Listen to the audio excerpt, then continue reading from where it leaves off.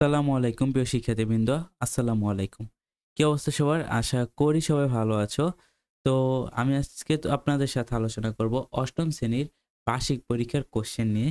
তো ভিডিওটা শুরু করার আগে আমি একটা বিষয় ক্লিয়ারলি বইলা দিতেছি।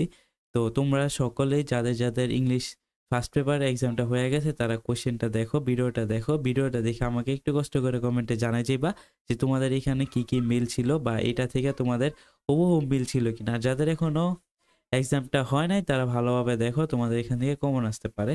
তো এখন তোমরা দেখতেই পাচ্ছ সবার প্রথমে আসবে সিন প্যাসেজ। তো এখানে রিভার রিভার গ্যাপসিস, ঠিক আছে? এইখান থেকে যেইটা আছে এটা তোমাদের ভালোভাবে পড়তে হবে। তো তোমাদের যাদের এইটা আছে, এই টপিকটা আছে, তোমরা এটা ভালোভাবে পড়ো। তোমরা যেই গ্রামার অংশ বই কিনছো, গাইডের মডেল আছে, মডেল খুঁজে এটা পড়ো। দেন তোমাদের ১ নম্বরে জানোই তো তোমাদের সিন প্যাসেজ থেকে তোমাদের এমসিকিউ গুলো অ্যান্সার করতে হইবে, ঠিক আছে? তারপর তোমাদের ২ নাম্বার। ২ নাম্বারে যেই এটা থাকে যে তোমরা প্যাসেজ পইড়া এটা দিবা। এটা তোমরা মুখস্থ করবা না। এটা তোমরা প্যাসেজ দেখে কোয়েশ্চেন গুলোর অ্যান্সার তোমরা ইজিলি ভাবে দিতে পারবা।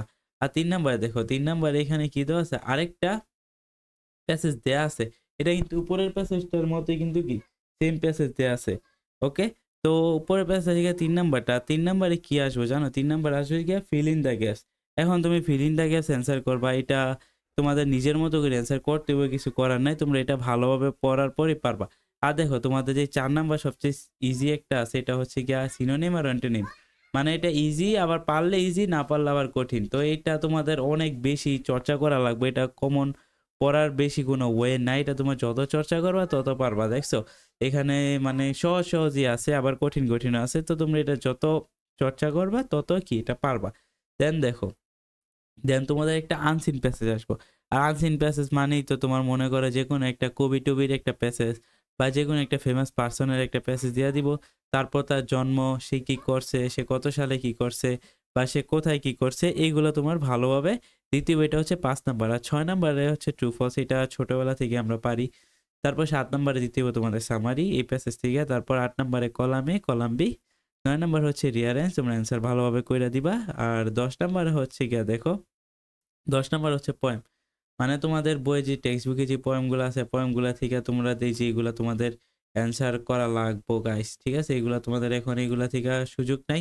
এগুলা যদি আগে ছিল না, এবার তোমাদের নতুনভাবে এই পোয়েমটা এড করা হইছে। যাই হোক, আমরা এগুলা ভালোভাবে পড়বো।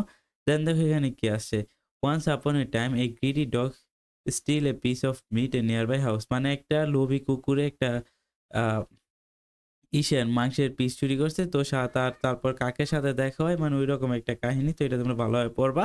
তারপর দেখো এখানে প্যারাগ্রাফ আছে না, আইডিয়াল স্টুডেন্ট। তো তোমাদের সিলেবাসের আইডিয়াল স্টুডেন্ট থাকলে এটা ভালোভাবে পইড়া নিও।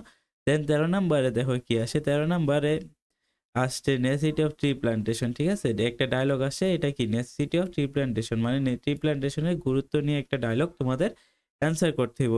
তো তোমাদের যাদের সিলেবাসের সাথে মিলবো তারা এগুলো একটু ভালোভাবে রিভিশন করে যাইবা। তো আশা করি আজকের ভিডিওটা তোমাদের ভালো লাগছে।